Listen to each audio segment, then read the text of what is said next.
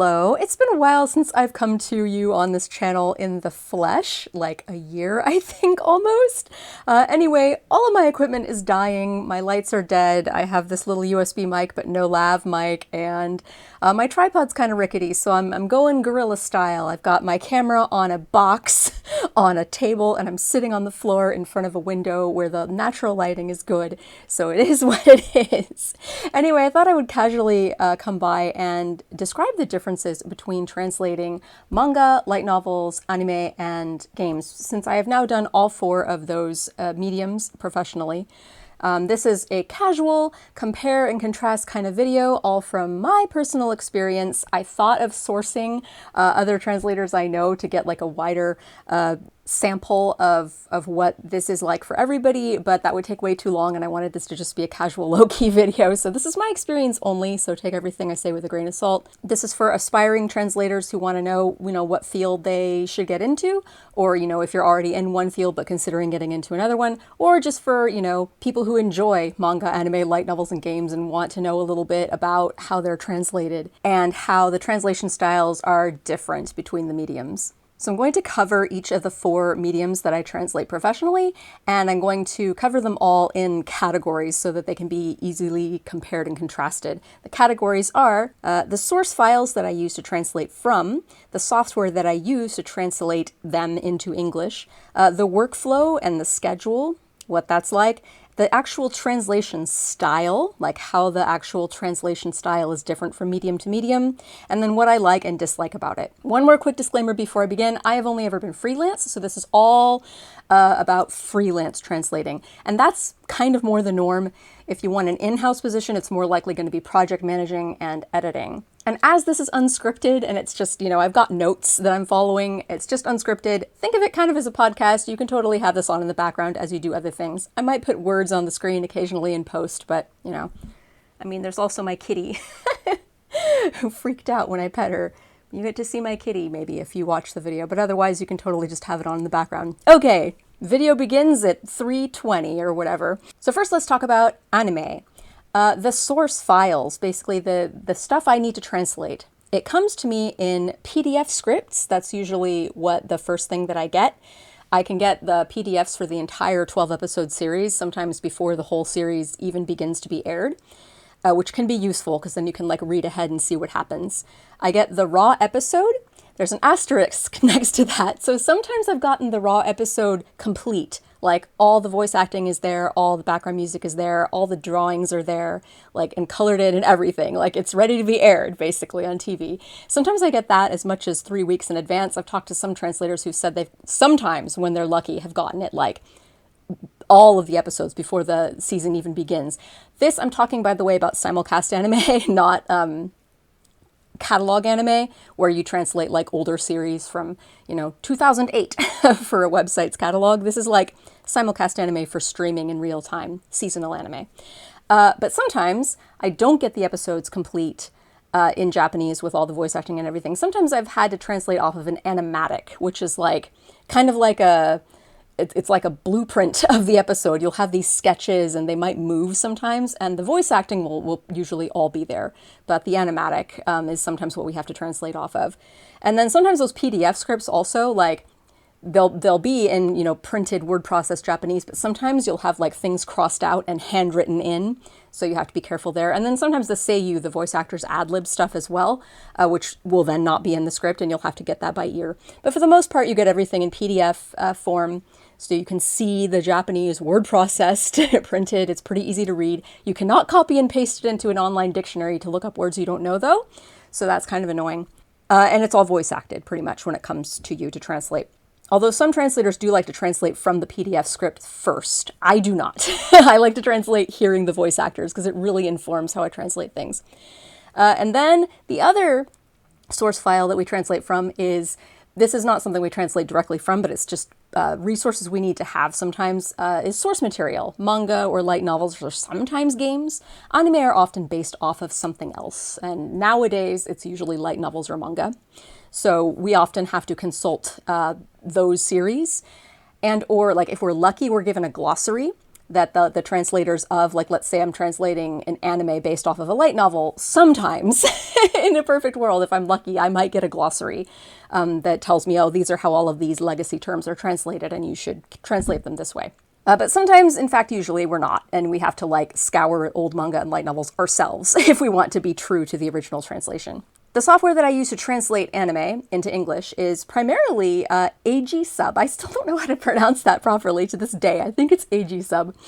Anyway, it's a subtitling software where you load the episode of anime into it, and then the timer, the person, usually that's not the anime translator, usually it's somebody else, but the timer, like, puts all of the little lines of dialogue into chunks, and then you write your translation into the software, and it'll show up on the screen in real time as you're working on it. I have in the past, like when I started translating anime and film for Discotheque Media back in the aughts, I would just translate in Word. I wouldn't put the subtitles directly on with AG Sub. And then I've heard some translators today even use Excel. Excel is actually, it's one of those programs that translators use a lot to translate, whether we want to or not. Like, usually we don't have any say in the software we use. We're told by our client, use this software. So those are the ones usually, I'd say primarily it's going to be AG Sub, but you might use Word or Excel. So for the workflow, this can be really varied. So for simulcast anime, I have had to turn around a job in as little as like 3 or 4 hours. I have gotten the material, like the episode was supposed to launch Thursday morning at like 10 a.m. and I was given the material at like Wednesday, the day before, at 3:30 p.m. That's as fast as a turnaround time as I've had in the past. And since the translator is towards the beginning of the chain of command, I'll go over that in a minute, I have to get my stuff done as quickly as possible so I don't screw over the people who come after me. So yeah, simulcast, your turnaround time is usually like 1 to 7 days. If you're lucky enough to get the entire series in advance before it's even aired, you can like translate them all in your own time in advance as quickly as possible. But usually it's like every week, 1 day, you're like just waiting for the material to come in and then you work on it. Catalog translations, like if you do translate for places like Discotheque, where they do mostly older series, everything already exists. It's existed for several years. The whole series is already out there. Usually you're given like a month or two. When I did Lovely Complex or Discotheque Media, I think, yeah, I got like 2 to 3 months. They just gave me all 26, I think it was 26 episodes, and say, have at it. Just turn it in by October, whatever. So that was fun. And then as far as the like chain of command goes, the way it usually works in anime, it does vary from studio to studio. You'll start with a timer, and that's usually not the translator. So some other person will get the episode of anime and they'll put it in AG Sub and they'll time it. Basically, like, they'll put where all the subtitles go, but they won't write in the subtitles. And then it's me, the translator, then I translate that. And then after the translator usually comes 1 or 2 editors and then 1 or 2 quality checkers before it finally is launched. So again, like, you're towards the beginning of the process usually. You're either like the very first step of the process or like the second step of the process if you're the translator in general for any of these mediums. So yeah, if you're given a deadline, you really, really want to try to stick to that as best as you can, just to not screw over the people who come after you. So now on to translation style of anime. One thing you have to be careful of with anime is character limitations. This is something you have to be careful of in pretty much every medium except light novels. But with anime, it's cool if you're using AG Sub. It'll show you in real time if your subtitle is too long. So basically the idea is, I forget the exact numbers, but you don't want your translation to be too many words. Like if it's a 3-second, that's actually kind of long. If it's like a 1-second subtitle, you don't want your translation to be like 3 long sentences because then the reader can't read it in time. So you have to keep your translations as short as possible, and we do like to err on the short side because subtitle blindness is a thing. If your subtitles are too long or if they're all over the screen or something, I go into this in more detail in my BoJack Horseman video over on the other channel if you want to check that out. But if there's just too many words to read, like the person's going to just be reading the words at the bottom of the screen and they're not going to be able to see like the animation going on behind it. So you want to keep your translations as short as possible. And then the dialogue, since that's pretty much all you're translating in anime is dialogue, you want it to be punchy. You may have heard that term before, punchy dialogue. Snappy, punchy, not meandery. Like, unless your character is speaking, like, meandery and, like, stutters a lot or something, or if your character, like, just very verbose and says a lot of words. Usually you want to keep it as short as possible, not, oh geez, I feel that you are not being respectful to me, versus you're disrespecting me, or you're being disrespectful, or stop disrespecting me. You want to make it as short and as punchy as possible. Like, punchy doesn't always just mean short, it often means, like, zingy. I think of it also as memeable or quotable.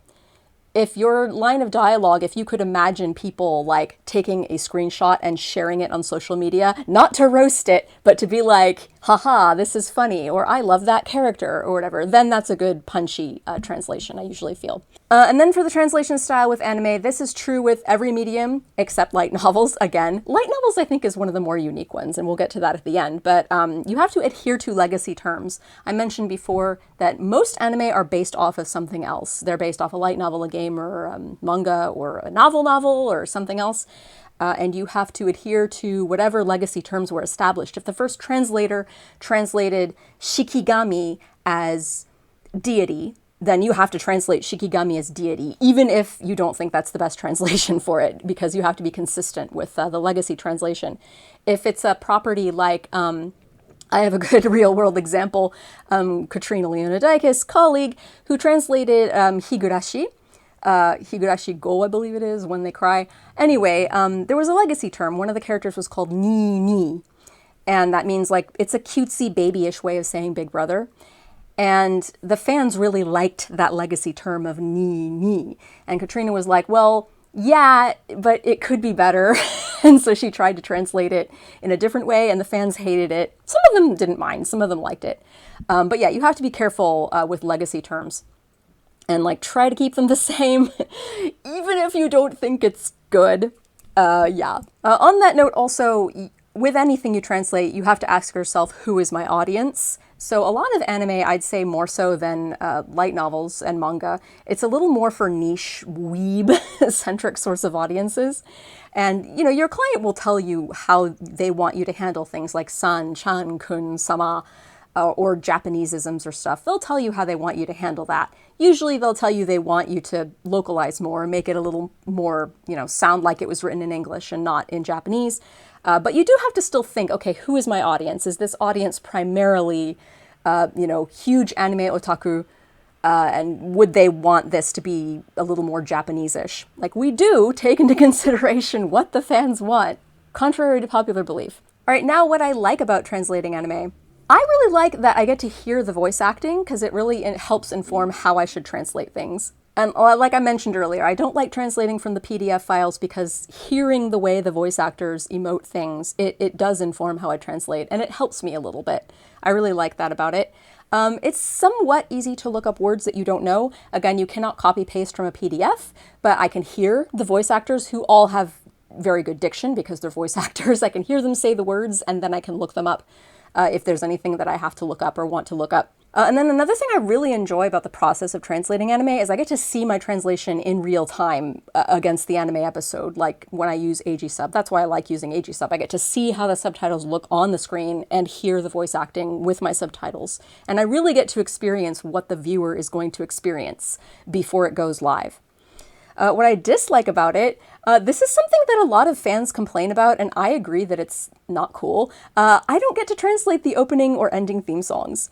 And the reason why, it's not because we can't, or we don't want to, or we're too cool to do it. It's honestly because the opening and ending theme songs are often like a different license than the anime episode itself. Like, Crunchyroll may have the rights to air a certain anime series, but not the rights to, like, translate the opening and ending theme songs, because a lot of them are by, like, pop and rock stars. So, like, the licensing is different. So that's often why we're not allowed to translate the opening and ending theme songs. But I love translating anime songs.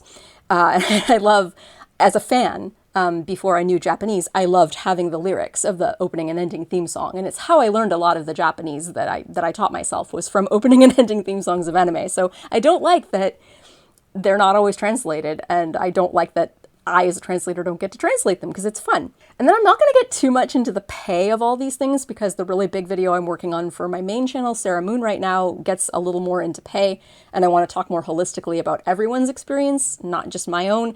But the pay is pretty low for anime translation, and I'll just end it there. Now let's talk about games.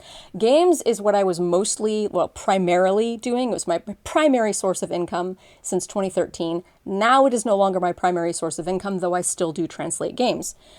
So the source files in which I usually get the games to translate, I don't get the actual game. They don't send me a beta version of the video game. Nope.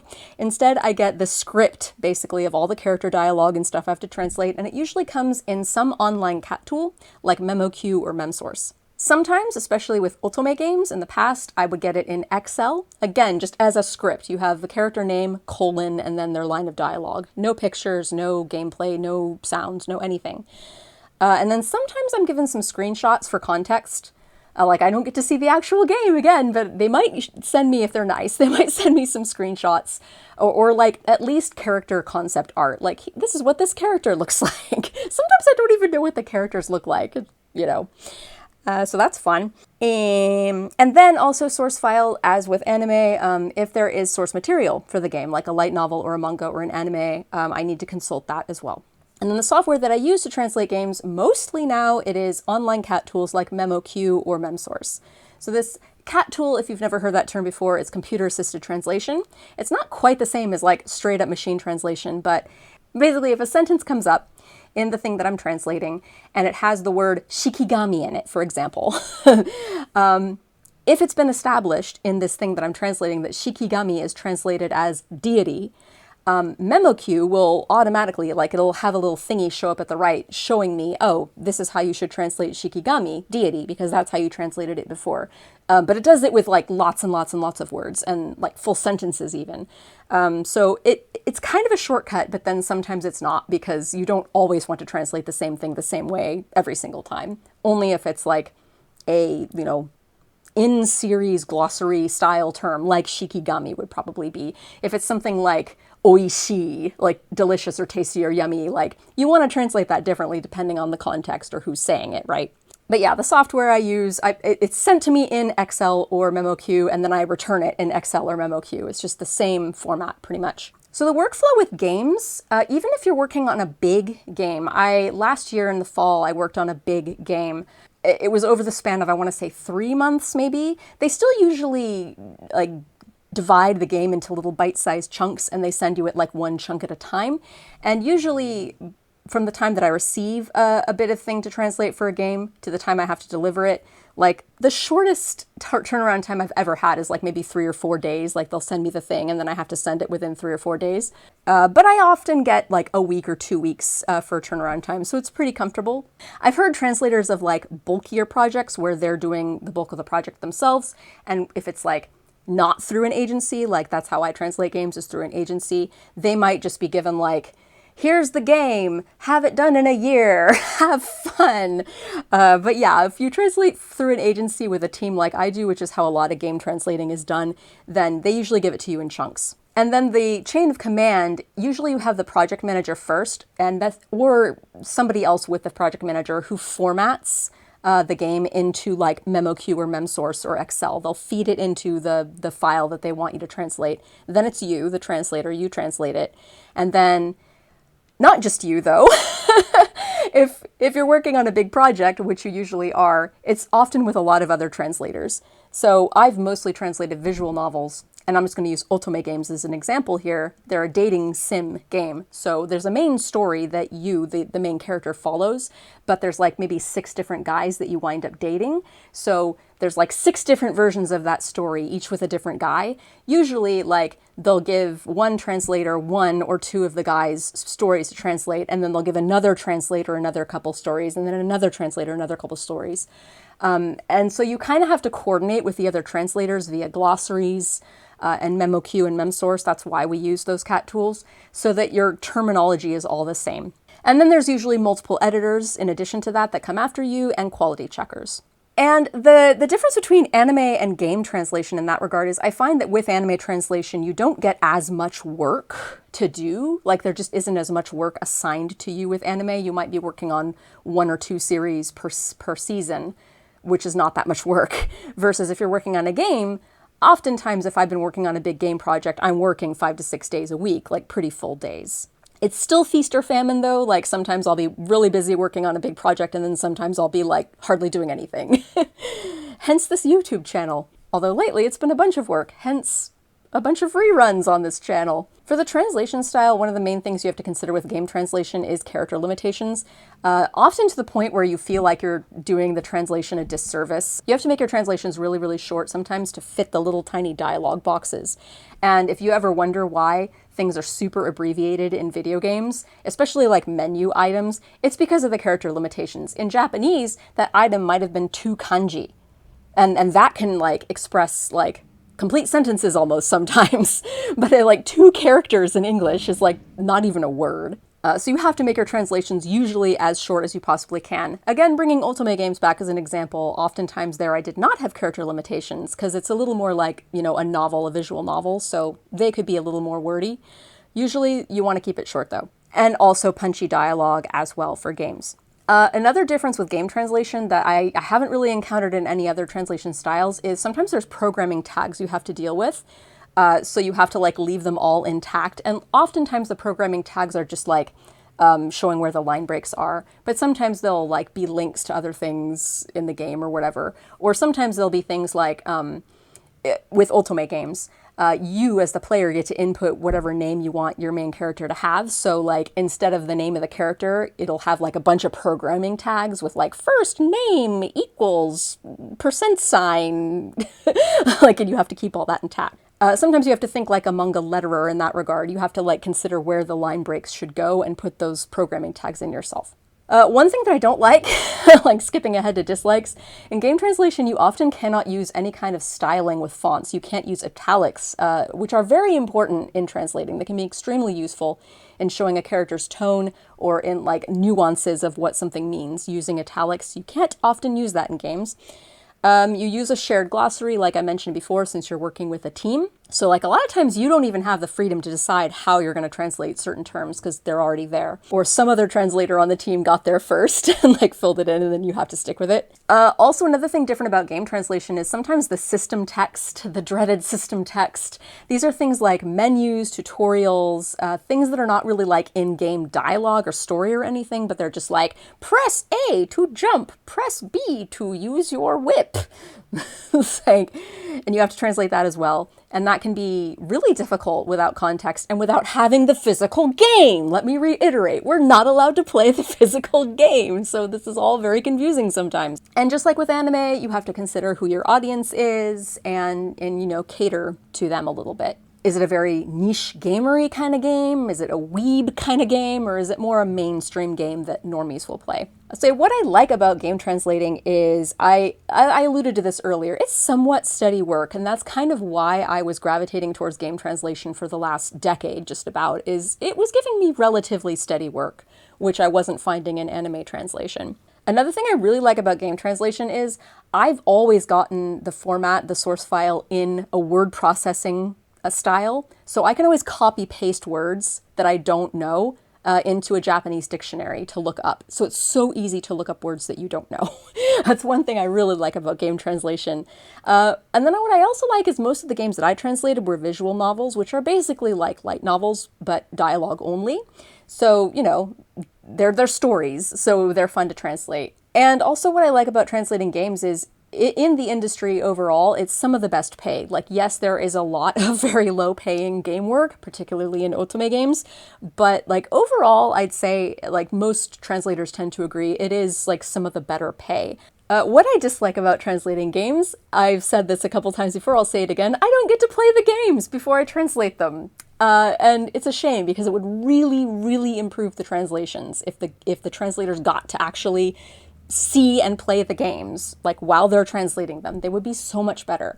I think they don't let us have the games, partly because they might not be finished yet, but also it's because like they're worried that we'll leak the games. And like, that's a legitimate concern, but still, like, the translations would be so much better if they let the translators actually physically play the games. Another thing I don't like about translating games, and this is not like true of all game translators, but I personally have a pretty much eternal NDA on almost every single game thing I've ever translated. Like, one of the most recent game things I translated, they actually asked for my name for the credits. They're actually crediting me, so I can say I did translate the Eminence in the Shadow mobile game with a lot of other people. That's the big project I worked on in the fall. But aside from that, I can't really say anything I've worked on because I worked on it through an agency, which is pretty common for game translations. It's nice working for an agency because they give you regular work and you don't have to worry about people stiffing you on money and all that, but like, you don't get credited, so that kind of sucks. And then the other thing I don't really like about game translation is, at the end of the day, I'm not a gamer. Like, I have enjoyed playing games throughout my entire life, but I just wouldn't really call myself a gamer, so I don't have as strong a personal and connection and passion for it. Okay, now on to manga. I have only been translating manga professionally for a little less than a year now, so I do have very limited experience in it, but I'll still talk about it because I have some experience. So the source file that I get my manga in is just Bookwalker. I get the manga online, and it's in digital version, and there it is. And then the way I translate it is with Microsoft Word. And I heard that that's actually quite common for manga translators, just to translate it into Word. No translation software, no other fancy things, no fancy formatting, just Word. I mean, I have to format it in a way that it's easy for the letterer and editor to understand, so they know like where to put all the dialogue and stuff. But yeah, I just use Word. So hey, I forgot to say this when I was recording this video, but the workflow for manga is it typically just starts with translator, then it goes to the editor, then the letterer, and there's probably some other roles before and after that I'm not really aware of them. So this is basically the workflow. So for the translation style, there are a lot of similarities to the anime and games that I mentioned before. Once again, you do have to consider character limitations. I'd say as extremely as you do for games, because again, the text has to fit into the speech bubbles. You also have to consider, I do anyway, like trying to not use long words so much, because the Japanese dialogue bubbles are very like vertical, because that's how their text is. And so if I have a very long word, the letterer has to use a lot of hyphens to make it fit in the speech bubble. And I just think that looks clunky and is kind of icky. So I try to avoid longer words when I translate manga, but it's not something you have to do. Like, if it's better for the translation, if the character speaking would use this long word, go ahead and use the long word and the letterer will hyphenate it. But yeah, I try to keep them shorter. And then I'd say more so with manga than any other translation style, punchy dialogue. Like, comic books, man. Comic books are all about punchy dialogue. You know, it depends on the style of manga, of course. You know, some manga are not going to be as like pow, bang, boom. But yeah, you really want punchy dialogue. Again, I imagine, can a fan screenshot this and share it as like, wow, that's a really cool Octavia moment right there. Like, would a fan do that with this line of dialogue? Would it be turned into a meme? Like, in a good way, again, not like in a roasting the series or roasting the translator kind of way, but like, is this memeable? Is it quotable? Those are questions you can ask yourself to tell you if it's punchy or not.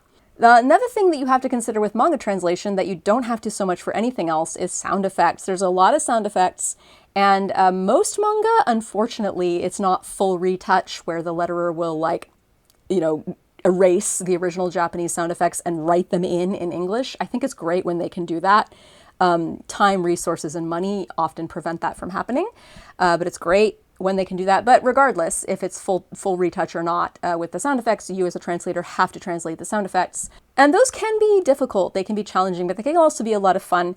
In general, Zach Davison, a couple years ago at MSU, did a good presentation just on translating manga sound effects. And one of the main tips of his that I walked away with was a really easy cheat for making something into a sound effect is to take the word that the sound effect is. Like, let's say that the sound effect is crinkle. the word crinkle. Instead of just writing out the word crinkle, what you can do is you can remove vowels, so it's crinkle without the E at the end.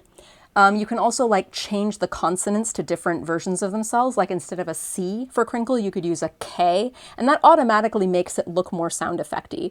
So there are tricks to the trade that you can use for sound effects, but yeah, you don't want to just like do translations of the sound effect. Like this is what the sound effect means. You want to actually like attempt to make sound effects.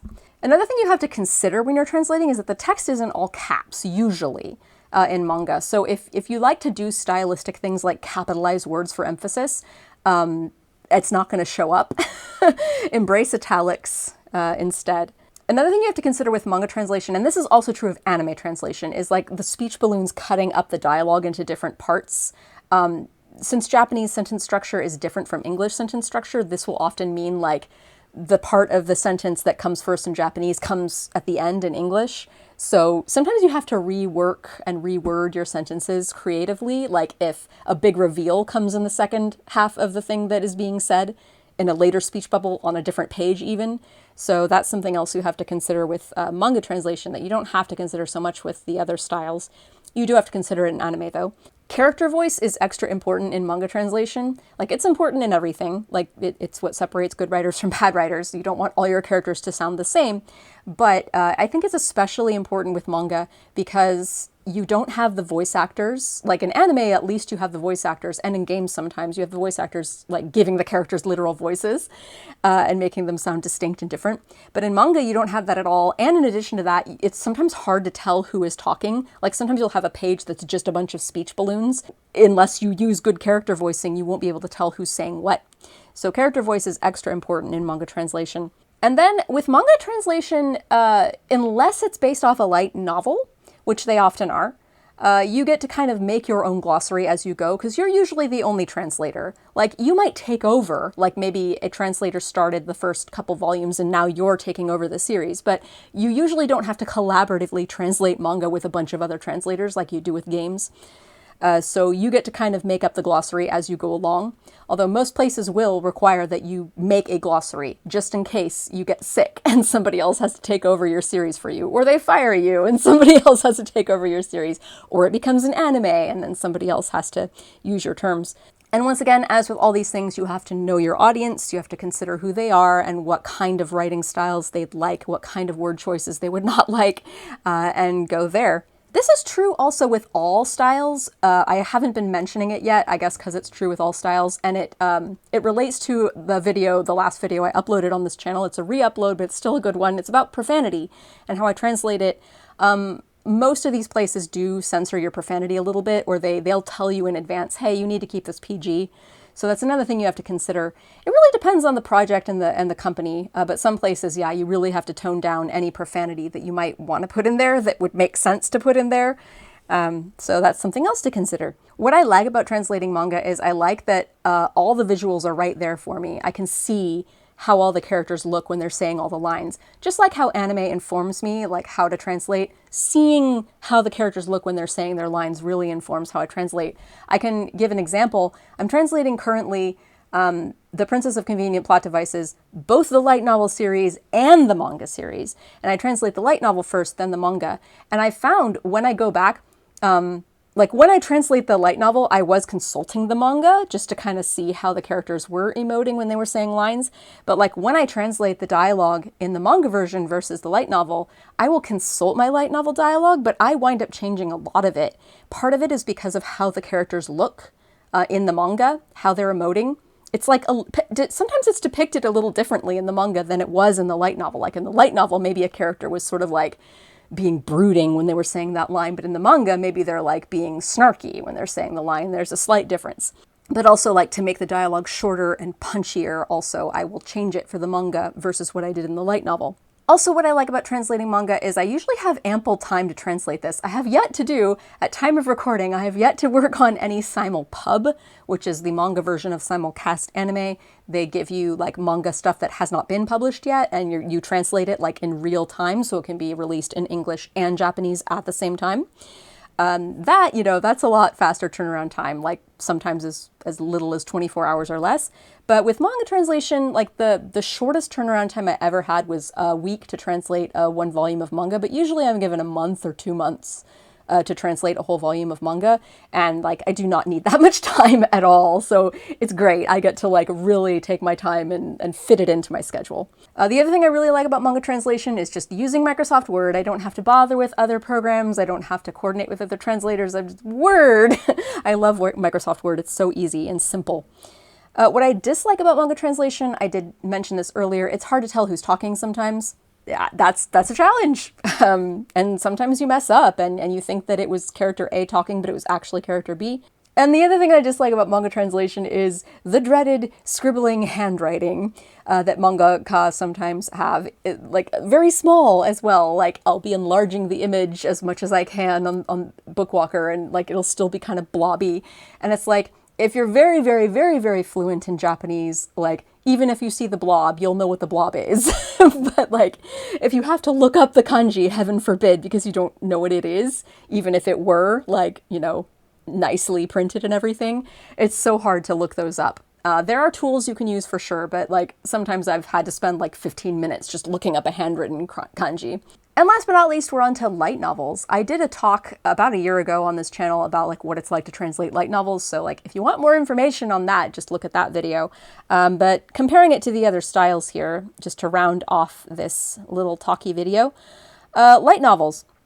The source and software are exactly the same as manga. I get the source files on Bookwalker and I translate it into Word. The workflow for light novel translation, again, this is my experience, not necessarily true for everybody, but yeah, it's usually 1 to 3 months. They'll assign a light novel and I have to translate it within 1 to 3 months usually. And the chain of command, you start with the translator and then it goes to an editor, sometimes multiple editors, and then a copy editor, and then published. I mean, there's other stuff involved as well, but like as far as the meat of the translation goes, that's basically all it is.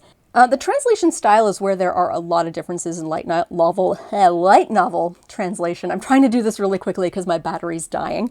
Anyway, there's no character limitations. Unlike all the other forms that I've talked about here, you can go wild. You can be as like verbose and as meandery as you want. Well, you still shouldn't be. You should still try to keep your translations tighter because overly wordy writing is overly wordy. And you don't get paid any extra to like add more words in there. You're not paid by the English translated word. You're paid by the Japanese. Well, you're paid by the page. So you won't get paid any more by adding more words. So it doesn't even help you anyway. But yeah, I don't have to worry about like, things fitting in a dialogue box or on a subtitle screen. I can just translate it the way it needs to be translated and not have to worry about that. And here's another thing that's different about light novels compared to most games, anime, and manga, is you're translating not only character dialogue, but a lot of long sections of narrative text. Like, a car drove by as I sat on the floor on my couch filming my video, period. I turned to the left and I pet my cat as she slept apathetically next to me on the old cat tree. Hello, curtain, I said. Like, it's not just dialogue, it's a lot of narrative text translations. And because of that, you not only have to consider character voice, but you have to consider author voice. And this one's really hard. And I think in this industry, as it exists at the moment, we don't really have the time or the resources or the pay to really, really consider, okay, what's the best way to perfectly translate this author's voice into English. We do the best we can. But yeah, you have to consider, what's this author's overall vibe? Like, how would this author write in English? And that's something that's a little bit different from thinking about character voice. You have to also consider Japanese prose versus English prose. There are a lot of devices that are used in Japanese prose that just don't work in English. Like, a lot of time in Japanese prose, they tend to repeat things. Sometimes entire sentences, sometimes like words. They just tend to repeat things a lot more than we do in English. Oh no, my camera's dying. No! You also have to be a really good writer in English to translate light novels, more so, I'd say, than you do to translate the other forms. Once again, you have to ask, who is your audience? You have to consider what kinds of stories they want to read and what kinds of words they would like to see in there and write for them. What I like about it, I like writing novels in English, so this is a great fit for me. I like that it's regular work and it's fewer projects that I have to keep track of. Like with game translation, my invoice at the end of the month would sometimes have like 20 items on it, and I'd be working on, at any given time, 6 to 10 games. Light novels, I'm working on 3 series, and that almost is enough work for me, just total at all. So I really like that about light novel translation. There's much less clerical work as a result. Like, I don't have to fill in invoices as much. I submit like 1 invoice every month, and it's just the 1 item. It's like really easy. Another thing that I think is exciting about light novel translation is it's where a lot of the industry begins now. Like, a lot of anime, manga, and games start out as light novels. So like, I get to be that genesis. I get to be the person that decides how all the legacy terms are translated. There's pressure in that regard. Like, oh no, this is the term they're going to be using in the anime and the manga if there is one in the future. But like, it's kind of an honor to like be where everything starts. What I don't like about it is looking up big words. Because there's like author narration stuff in there, there's really long run-on sentences and really big words that I have to look up that don't happen as much with just character dialogue-based things. Anyway, my battery is just about to die, so I'm going to finish this here. Thank you for watching my rambly video or listening to it, if that's what you chose to do. And I hope to see y'all again on this channel for new and exciting content, late summer or early fall. In the meantime, more re-uploads. You can join my Patreon at the $5 or higher level to be included in Let's Translate Manga, an upcoming series to teach you how to translate manga. Also, I'd like to give a special shout out to patrons Tony Hoyt, Matt Mack, Brent, Velos, Roel, Cody Spence, Alexei, Lay, Jacobel, Greg, Henry Roaming, and Data Fox. Please let me know if I've mispronounced your name because some of your names are names I've never said before in the credits. Bye!